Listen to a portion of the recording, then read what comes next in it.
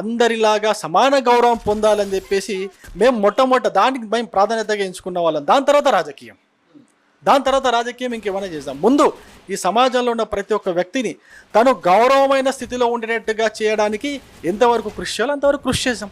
ఈ సమాజాన్ని ఐక్యంగా ఉంచడానికి ఎంతవరకు కృషి చేయాలో దాని గురించి పనిచేద్దాం. ఈ సమాజాన్ని సంఘటితంగా ఉంచి ఈ బాహ్య శత్రువులు ఎవరైతే ఉన్నారో వాళ్ళందరిని ఎదుర్కోవడానికి ప్రయత్నం చేద్దాం. మీరు ఓటు బ్యాంకు కోసం కేవలం ఓటు కోసం పనిచేస్తే 500 ఇస్తే ఓట్లు వేస్తారు, 1000 రూపాయలు ఇస్తే ఓట్లు వేస్తారు, లేదా బయట నుంచి వచ్చిన వాళ్ళకి ఓటర్ కార్డులు ఇస్తే వాళ్ళు కూడా ఓటేస్తారు. ఆ ఓటు బ్యాంకును కాపాడుకోవడానికి మీరు చేసినటువంటి ప్రయత్నాలే తప్ప నిజంగా దేశహితం కోసం పనిచేసే పార్టీలు ఈ రాజకీయ నాయకులు కాదు. ఈ మేధావులు అస్సలే కాదు. ఈ మేధావులందరికీ కూడా నేను ఛాలెంజ్ చేస్తున్నా. నిజంగా మీకు మేధావితనం అనేది ఉంటే, నిజంగా మీరు ఈ సమాజాన్ని క్రింది నుంచి మీరు చదివిన వాళ్ళైతే రండి. మీరు ఎక్కడ ఏ రౌండ్ టేబుల్ సమావేశం పెడుతున్నారో చెప్పండి, నేను వస్తా, నాతో పాటు ఇంకొంతమంది వస్తారు.